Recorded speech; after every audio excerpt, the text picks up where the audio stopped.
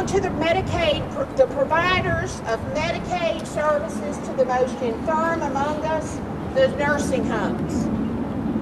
We're asking the Senate to live within its means.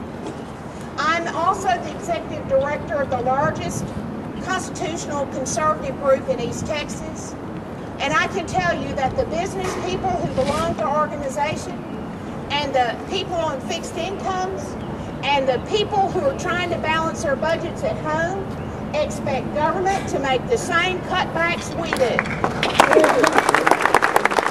They work for us, and we appreciate, again, the fine work that the House did. We'll be watching the Senate. George Rodriguez from the San Antonio Tea Party will follow.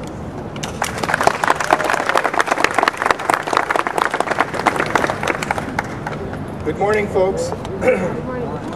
I am here because the San Antonio Tea Party is part of a grassroots movement, unlike folks that are being funded and brought here and taking off work to come and demonstrate.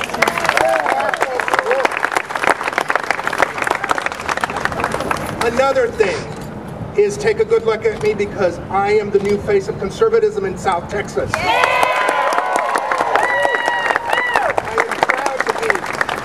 The first Hispanic president of a Tea Party in the nation. And we are going to be doing much more to organize conservative Hispanics in South Texas and throughout Texas. Because it's time that folks heard the truth. We're not afraid to tell the truth.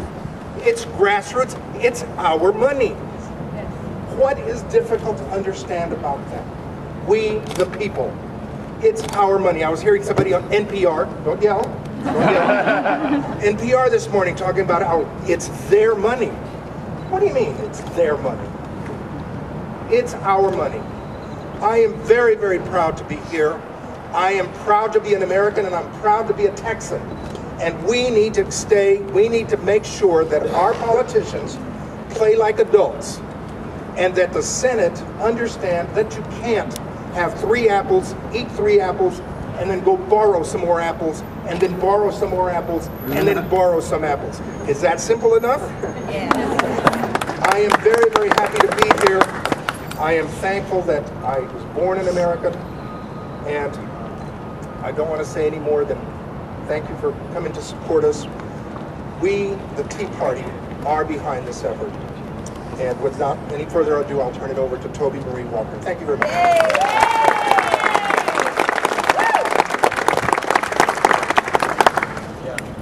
My name is Toby Marie Walker, and I'm the president of the Waco Tea Party.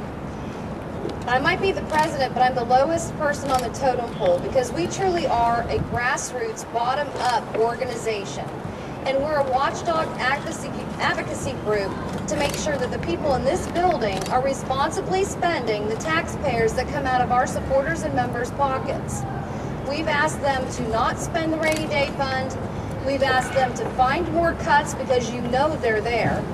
And we've asked them to make sure that they are fiscally responsible in this building, like many of us have to be at home.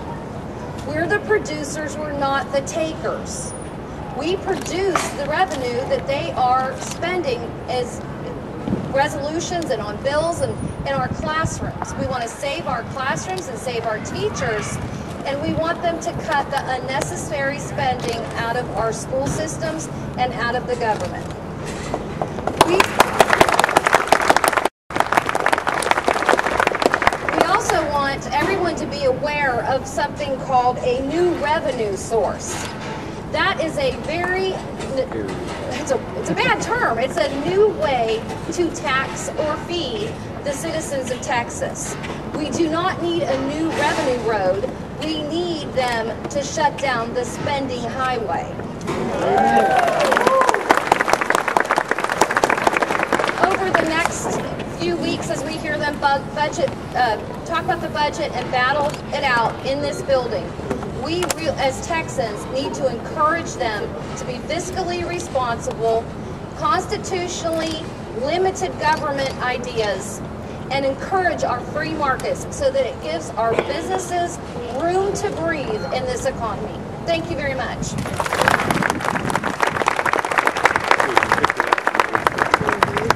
Thank you all. It's really a pleasure for Americans for Prosperity working coalition with these groups.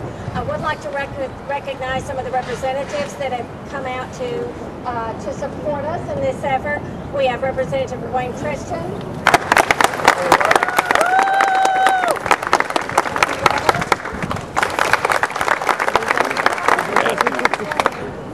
Over there speaking to somebody.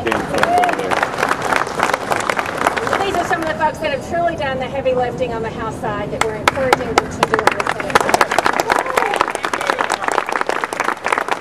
We have a few minutes for question and answers from any of our organization leaders. Do we have any questions from the media?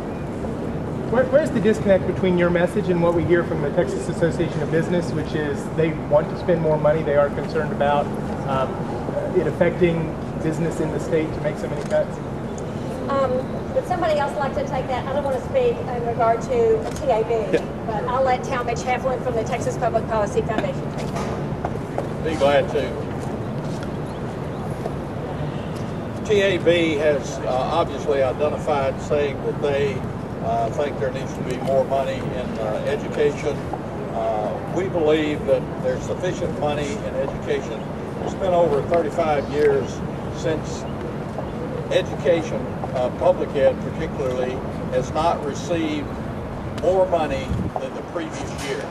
And we believe with that kind of unchecked growth, even above what the population, the student population has grown, that there's sufficient money in education, and we believe it needs to be reprioritized. They need to look at the delivery system, the model that they have in delivering education, and so we believe that spending the rainy day fund is just carrying spending, continuing spending at an unsustainable level, and so that's where our message is different.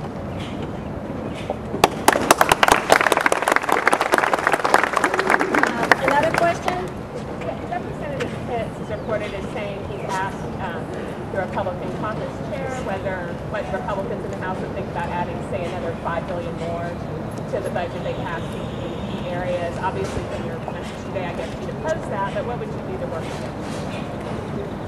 Anyone wants to take that question about Chairman Pitts? I didn't hear his comment, wanting more money put back into the budget, asking committee chairman to do that. I think it's safe to say nobody here wants to support that. So I'll let Joanne Fleming speak on Yes, that. I will say this to Chairman Pitts. There were plenty of cuts left in House Bill 4 and in House Bill 1. They don't need more revenue. They need to get state government back in a Constitution-sized box. They need to reprioritize. And let me go ahead and get into transportation a minute. We need to stop diverting 47% of the fuel tax that we already pay to non-road use.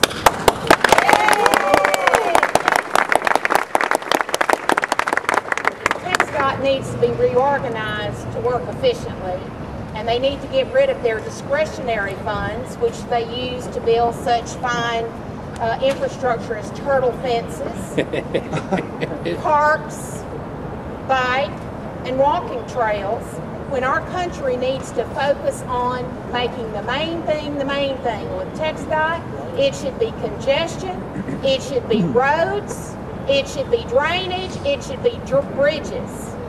Nobody here is against parks or bike or walking trails. But when you need to find money, you cut out the fluff and you get down to business. I know.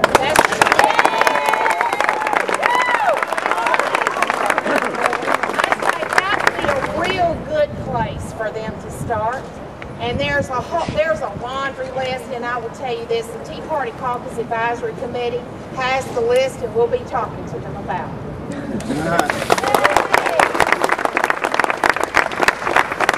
The turtle lobby's not here today. No. Yes, ma'am. So I think this is a question for Tommy. Tommy, a question for you. already designated. Yes. You mentioned that they needed to protect the rainy day fund in anticipation of the Medicaid costs only 12%. Right. Would that not be using a one-time source of money for an ongoing cost? It would, and the fact is that the economy should be coming back by then to assist with covering part of that. So the hole shouldn't be as deep as it is, as it's projected to be today. But there are times when there are costs that government has that you have no option except to pay them. And so when you have, if the economy is continuing to recover, by then you have a clear sight of where it's going and how quick it's going. And so that might be the appropriate time to plug the hole with one-time funding sources. How much? I mean, would it be easier than to spend this in terms of more structurally based solutions in that front for that challenge? When they do, say that again. Do something more structurally based to address that challenge instead of Such as? Something structurally based. Well, I think we're doing, if I don't, you don't mind, I think we're addressing a structural fix, if you would call it that, a structural remedy. We're trying to pass the interstate compact for health care because the biggest problem that the 2013 legislature will face is Medicaid, that under current law will consume another, or will require another $14 billion in spending. And we just can't sustain that. So what the Interstate Compact for Healthcare attempts to do is to say to Congress, give us the power to let Texans decide what is best for Texas and give us our tax money back that has been going to a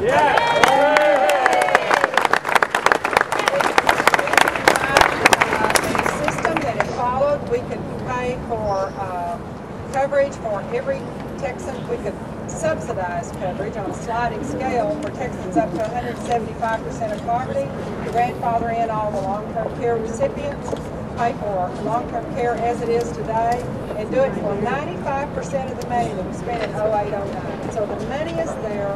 We just need to be able to decide how to best meet the needs of Texans, and we believe that this legislature and the people of Texas can do that better than a bureaucracy in Washington, D.C.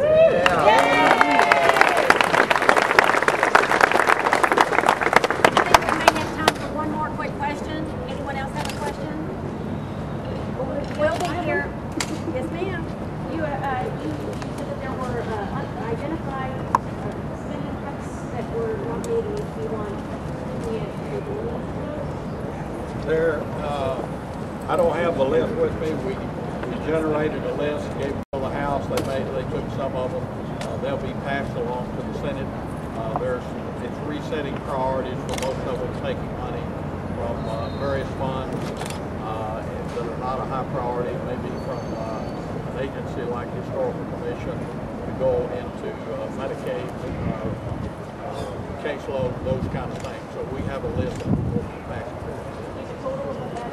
I don't have the total of what we have there.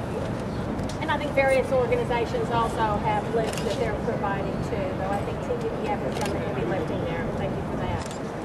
That concludes our press conference today. We will be available for any other questions. I thank you so much for coming. We're here to send a very simple message: tighten your belt, Texas.